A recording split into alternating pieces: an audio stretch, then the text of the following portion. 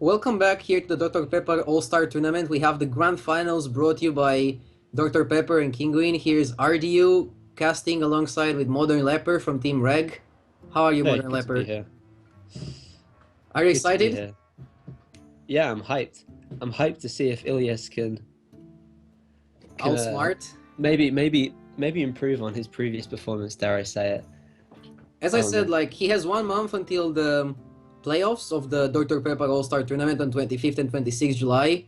And I think he has time to improve on his Patreon plays. Also, you guys, the watchers, the viewers, I mean, can join the next qualifier, qualifier number 4, the last qualifier on the 11th of July. So make sure you go to Dr. Pepper's site and sign up for that if you wanna be able to beat Elias and beat other known names.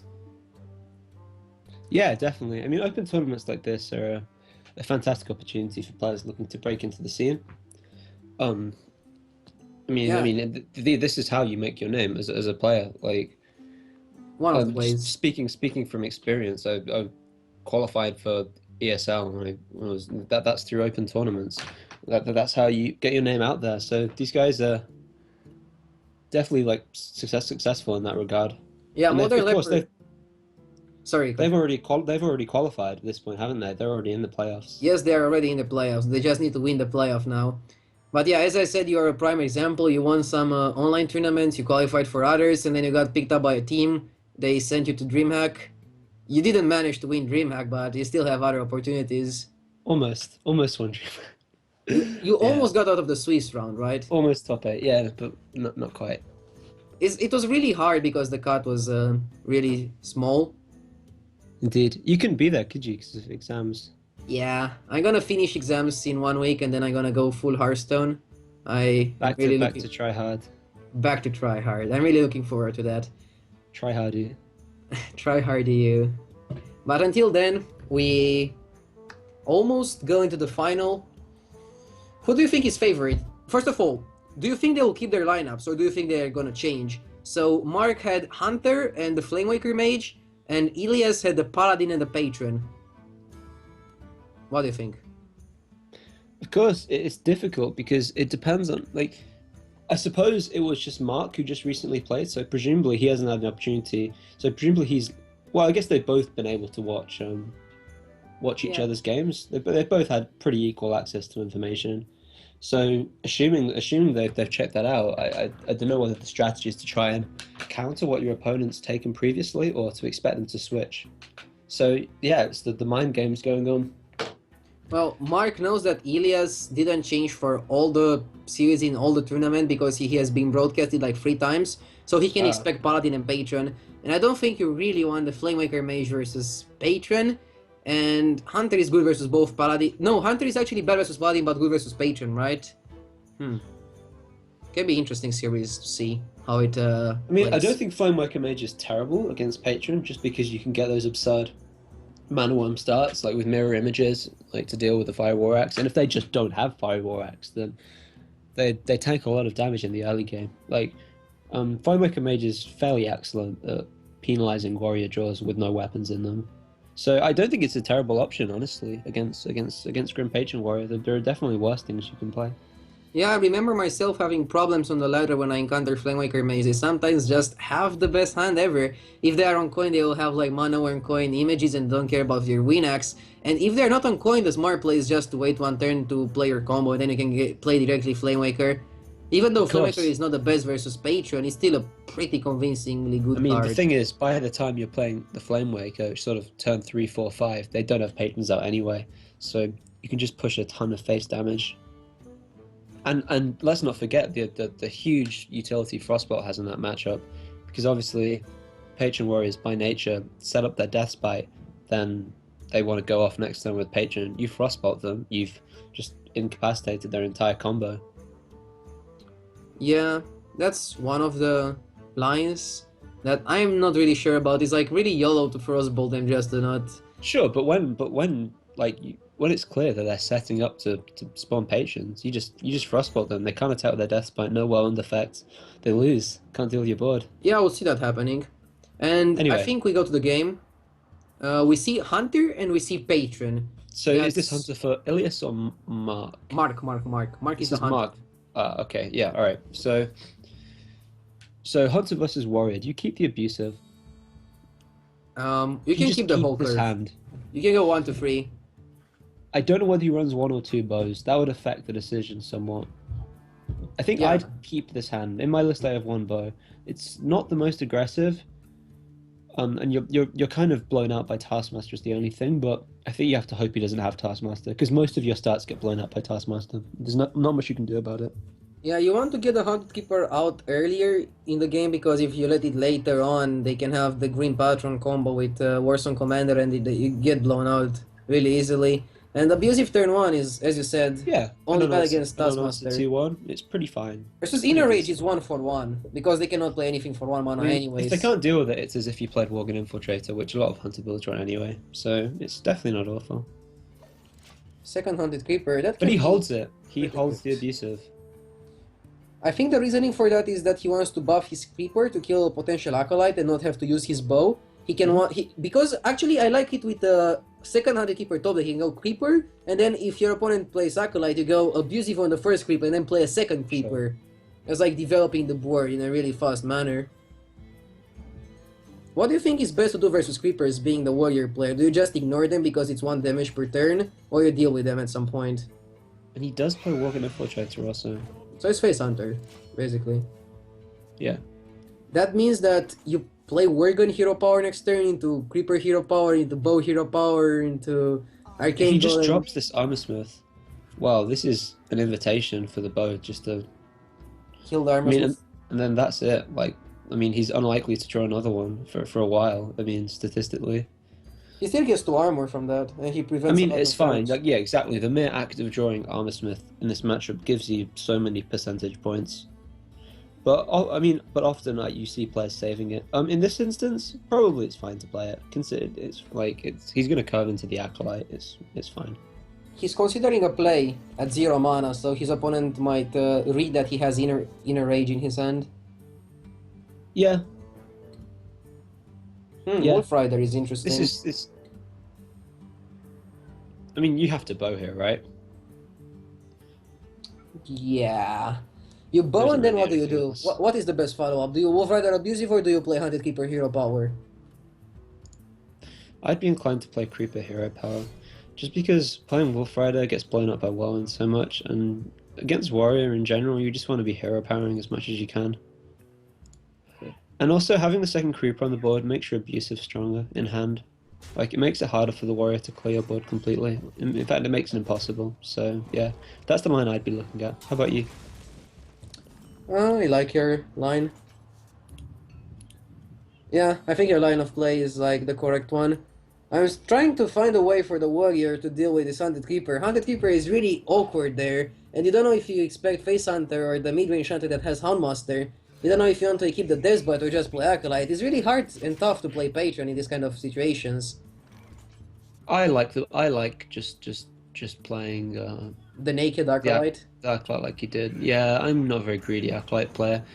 And the fact is that Haunted Creeper really isn't much of a threat. It only does 1 damage. I mean, like, you can leave it. It's not a problem. No respect for Whirlwind? Do you just play Wolf Rider or do you play Worgen and Hero Power? I think we'll probably see the Worgen Infiltrator. It's pretty much strictly better. He shouldn't Wolf Rider. He shouldn't. Because if you Worgen Infiltrator, yeah, you get a 2-1 and you're pushing 2 to face.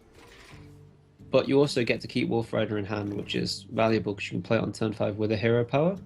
This way, you're making your turn 5 somewhat worse. I don't know. I think Worgen Infiltrator plus hero power in most situations is better than Wolf Rider because it's like pretty trivial to remove a 3-1, as easy as it is to remove a 2-1.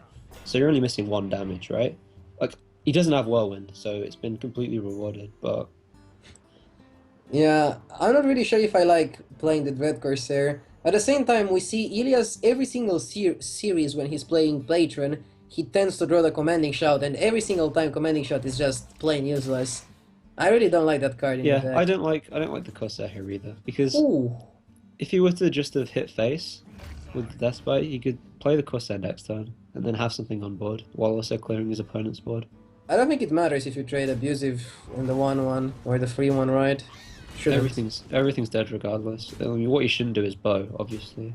You definitely just hero power here. Push as much damage as possible in. Yeah, I like that. And depending on how many quick shots you run in your deck, and if you top the quick shot, you might even play all your hand next So turn. he has the option here to inner rage the Huffer, which I think I would do, honestly. You want to reduce the damage How do you taken. feel about playing the frothing first? I like that. Makes Because it die if your to bow, opponent is makes going it to die use to bow. if your opponent is going to use the bow to kill the frothing, that's You like just go boom. insane for you because that's like a gift free. Oh, tanking. Oh, I don't like that. No, I no, would no, no, no, Yeah, no. I would have played the inner rage. That So is not correct. he's getting +5 on the frothing here. Oh, that's just 6 attack. And he's gonna batter rage. He doesn't respect the face hunter. I don't know. I think this game is like over already. The face hunter player just got too many gifts. He can just smash the face right now. Yeah, I actually would have.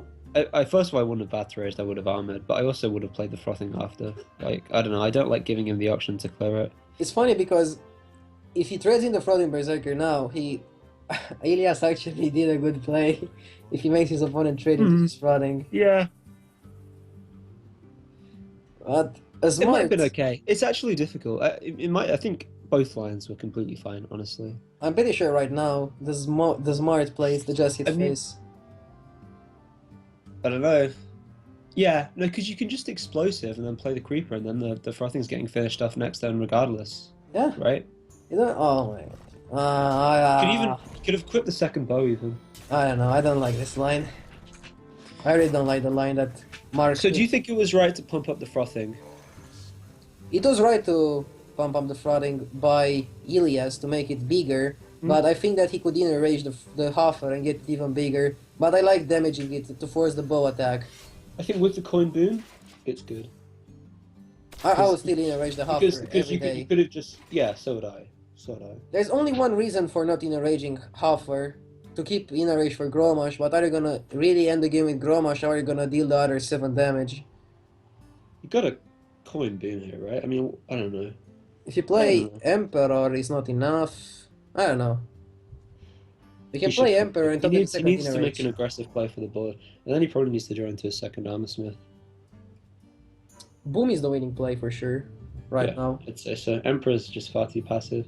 Like, and he's not even gaining much from this Emperor. I mean, sure, he could. I guess he's not setting up for lethal with Grom. Is the thing. Like, Emperor would be good if he could like go Grom in a rage, and Emperor hit face next turn, and that would be lethal. But it isn't. It's 2-off. So I'm not sure. There aren't any draws for lethal either, are there? Not really. No, there aren't. You can still should- push a lot of damage. But Yeah, is that but, the I mean- winning play?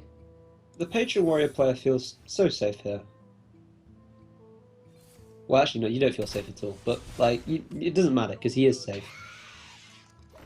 If he had like a frothing OTK next turn, then perhaps you could have justified playing the Emperor there. But this, I don't know. He'd prefer to have boom, wouldn't he? Because this isn't lethal. It's a Let's really do it. awkward situation. Can armor up. Armor up, coin boom, I guess. Probably playing commanding shout, right? Looking for the whirlwind, and then you can go for try for Grim Patron, inner rage whirlwind, and set up lethal for the following turn, maybe. Does that work? You set up lethal anyways, right? If you play boom and then you have Gromash, you just need to survive. What's the best which way of means you need surviving? to draw whirlwind, right? So commanding shout. If you know your opponent has a blank card in his hand, you can just trade, boom, coin, hero power, and hope he doesn't top deck any damage at all. He needs 2 damage from 2 cards. But- That's but- like really likely. Yeah, I mean, boom coin hero power is an option as well. And now the In rope. fact, that might be the best. Now the rope kicks in. He might be nervous and make a Yeah, I bad think play. I like your play. I think that's probably the best, right? Seeing the knife juggler in the hand, it's easy to say for us because Of course. actually the chance of drawing 2 damage as a face under is pretty huge. I would think the face under is I favored would've- now. And that's not Oh. 2 damage. He might get a 2 damage. He needs to get like the perfect hits with the knives. He needs like all the 3 knives to go to the face. Right? Actually, He's got no. He needs. No, he does. Yeah, you're right. Because the hunter's on 8. The fun part is that you could put him under 2 at like 2 or 1, and This you is die. such a small chance of working. Huh. Oh no, hold on. Actually, he's got explosive up. So yeah, No, no, like he can armor up and still play Gromash because but yeah, it Gromash is doesn't work. 6. Yeah, okay, so you can still. So he Okay, needs to hit all the jugglers in the face. yeah. Esports, boys. Let's see the esports power. Oh, That's not the it. dream is over. You probably still go for a face and try to put your opponent low. Or do you try to clear? I don't think clearing is like good. I don't know, actually. Maybe try to hit a bomb so that it hits scientist. And then what? You go for face for sure here. With a bow. Yeah. So I think that was a good play from the Grim Patron Warrior player. The aggressive play to set up lethal for next turn. Yeah, let's see if Ilias sees the lethal this You time. think? He actually killed himself. I cannot believe this. Oh. I Really? cannot believe this is happening. If I would be the hunter, I would literally like jump on the floor and start like laughing like the biggest retard ever. Okay, so this is what this is going to be, is a test of Ilias's character, right? Because everyone makes mistakes like this. Yeah, not everyone. Everyone's done stupid. Okay, everyone's done stupid things before. It's how you react to them that defines you. I guess. I mean, obviously that was. I mean, Twitch chat would be going crazy, I'm sure. But as a player, you do make mistakes sometimes. You miss obvious things, and you have to react to it. Yeah. In a positive way. Yeah, you have to like forget about everything. I'm sure it's happened to you before, where you've made some sort of error and you've had to. Not like that, but if this would happen to me, if this exact situation would happen to me in this kind of final, where I know I'm already qualified for the big playoff on the 26th and 27, you know what I would do, Will? I would just go for a run now, clear my mind, forget about Hearthstone one day, and then for the next day I'm gonna try hard and try to become better, just so people don't laugh at me, just so Twitch chat admires me instead of laughing at me, and then... Twitch chat always reminds you ready. And then I will just win the whole tournament, win the playoff, win the Dr. Pepper tournament, and be happy and laugh at Twitch chat myself. And I'm not sure if That was a good elaboration from Raddy there. I'm not sure if Ilias has this mindset as me, but I tend to like try to become better. You just have to keep going, right? Yeah, you have to keep going and try to be better just to not get humiliated like that by some casters and some Twitch chat. And let's forget about that. Let's see what happens. He decides to keep Patron. What? What about this tempo mage hand? I find it more intriguing that the Ilias decided to keep Patron. Kept the Patron. Yeah, doesn't matter. He needs to win with both of his decks, doesn't he? It's Conquest. I think it's better to win with the other deck to get some morale. Do you want to play the deck you just lethal with? I suppose, yeah. It depends player by player. Like if I'm 1-0 down in a best of 3 conquest, I'll just keep the same deck again for efficiency. I'm gonna have to win with both regardless. But yeah, maybe that's the thing that's worth doing. Get away from that deck for a moment, then approach it later. Okay. Did the mage keep all the hand? The double frostbolts. Wow. That's certainly interesting. I would call it greedy, not interesting, but sure. I mean, what do you want? What are you aiming to frostbolt here then? Face. Face is the place all the time. Of course, he's going to be frustrated because that Fire War Axe is indeed in Ilias's hand. I don't think you play mono. You just go mono and coin frostbolt. Don't you? Then you top deck sorcerers in the next 2 draws, and you go sorcerers frostbolt again. Then you like fireball unstable portal, and you win the game. Wait, what? What are you suggesting? Do you want to coin? No, you're just gonna mana one, right? What? You just get like Leroy from unstable portal. Oh, what? He didn't mana one. I said it. Like you just go mana one, coin frostbolt, right?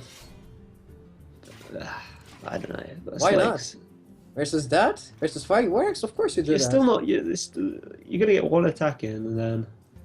Yeah. First of all, a lot of the time they don't have the axe, right? I don't know. I don't play tempo mage. Yeah, I guess this is fine. Because he's got 2 of them, right? Yeah. Okay. Yeah. That's okay. I can Just get behind that. yeah, you just double Frostbolt face. Why not? You go greedy, you win on turn 5 with the second Firebolt top deck. I don't know. So next time you Frostbolt and then you attack face. That's a lot of damage going in. Problem with playing like this though is that you don't have a follow up. Really, you're just frostbolting face again. Like you're not developing the board. As soon as the mana worm gets cleared, it's not as if he has a turn 4 play. Wow, he decides to armor up over Acolyte. I don't really like that. I would have gone for the Acolyte in a rage though. But he's drawn into this Flamewaker now. Would you play Flamewaker and just attack face? Or do you want to like milk the mana worm? I'm not sure if Unstable Portal is the right decision. I'd play Flamewaker because you carve into double spell next turn, right? And Flamewaker is protected because he cannot play Death's Bite, but he only dies to... Yeah, he can only remove one thing most of the time here. He's considering the Frostbolt. I like Frostbolt. You give yourself one more turn to draw into images, and if you get images, it's like instantly game over. Because if he had a chance to proc and execute, he probably did that already. And you did like 10 more damage. Frostbolt. You know, I don't mind this, because, like, I mean, there's no answer, is there, from the warrior player? I wouldn't mind seeing a Fireball phase next turn. Are we gonna see the 20 damage mana worm? How about Inner Rage, Whirlwind, Taskmaster to clear the mana worm? Inefficient? It's definitely not efficient, but I would probably do that. I would have probably just played Acolyte on 3. It's not awful. I would have played Acolyte on 3, and he would have traded, and then I would have easily cleared it. Yeah, I'm pretty sure he had to play Acolyte last turn. I don't really see a reason for him playing it this turn other than him tilting. Oh!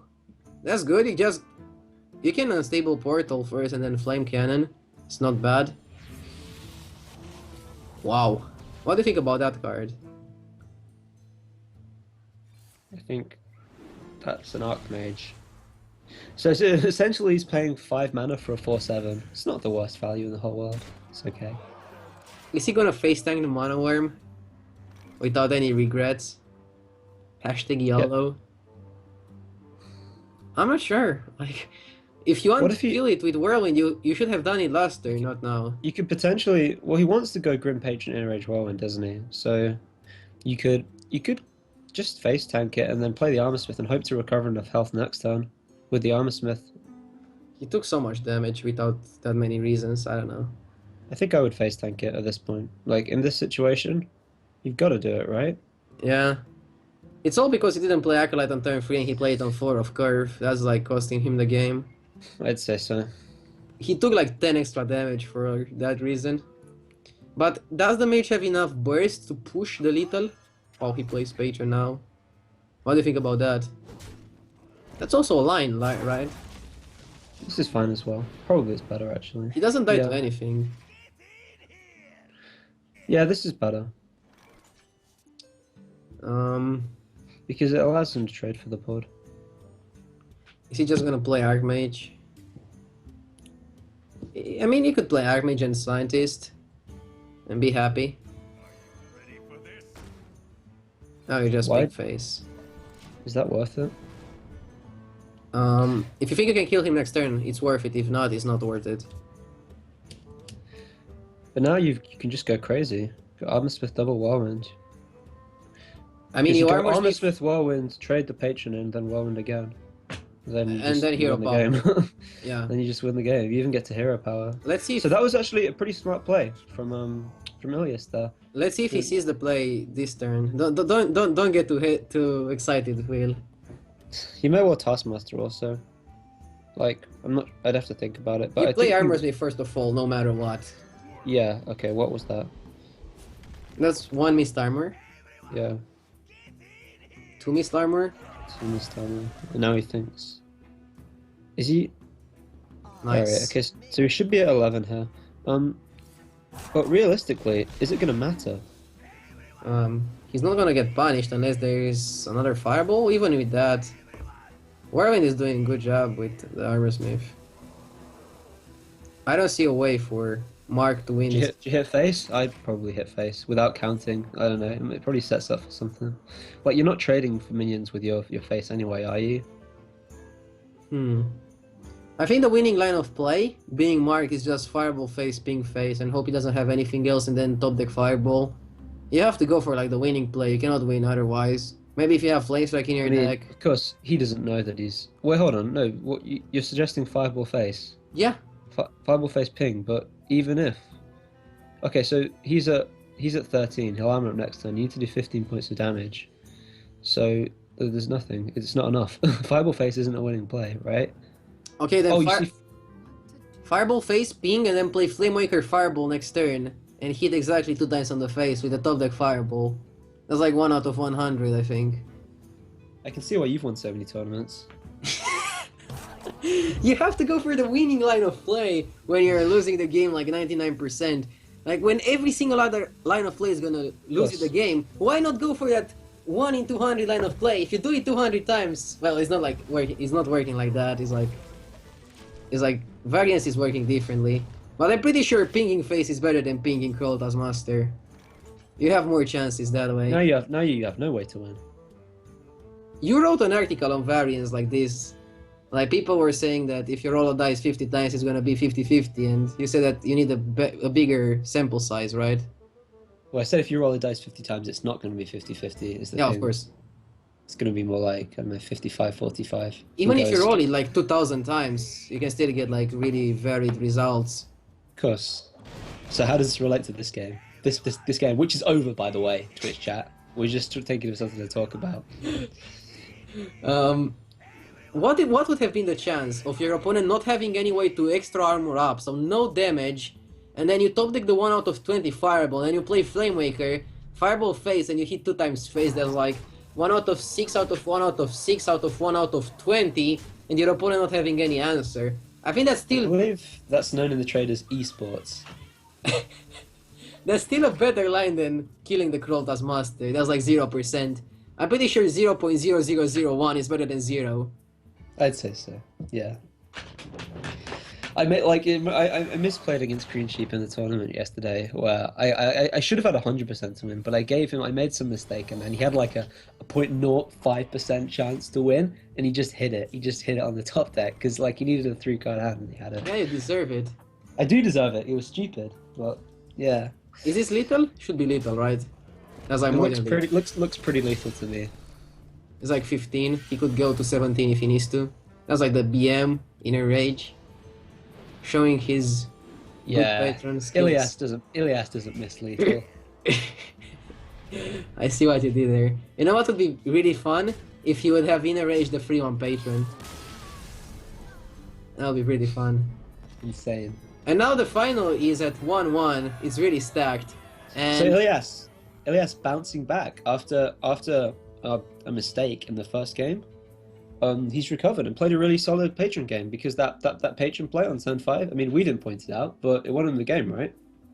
yeah, but not playing. He got there just because he didn't play Acolyte of Pain. He lost like 10 extra life.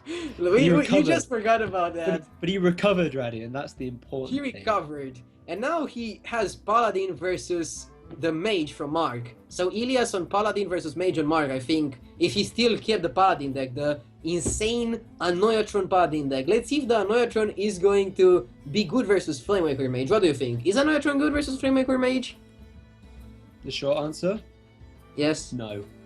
It's good versus Flame Cannon. Come on. Huh? Is it?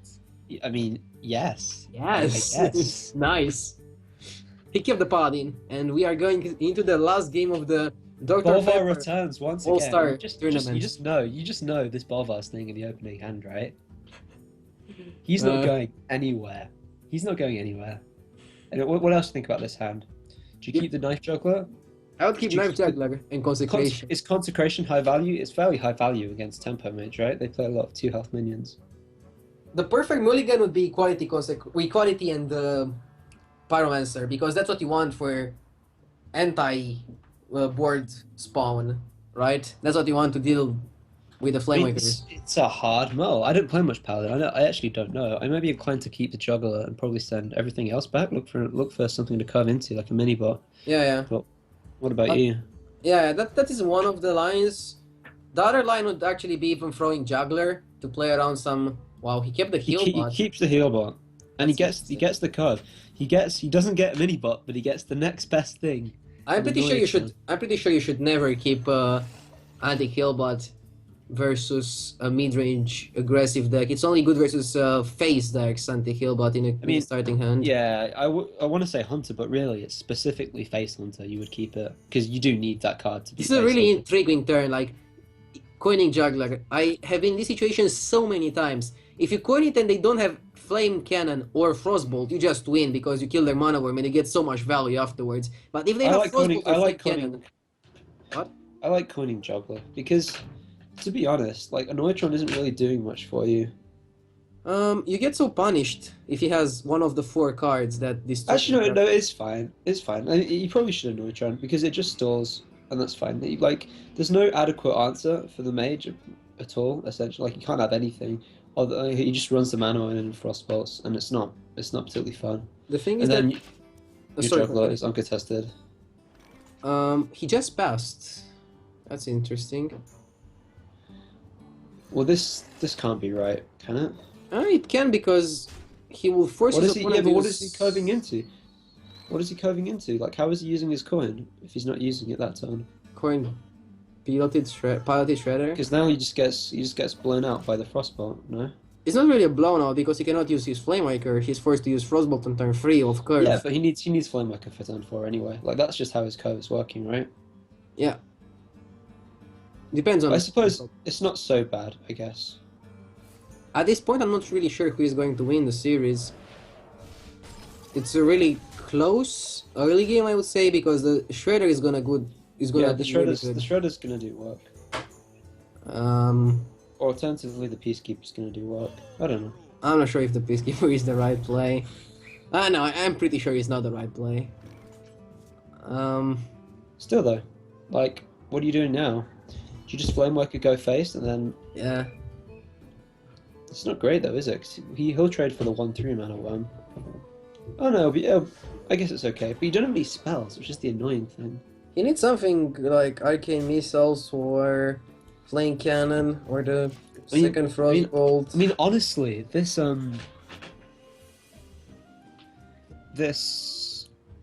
Flamewaker, like, it's actually not particularly useful because he doesn't have any spells. And then this draw for mage has been awkward.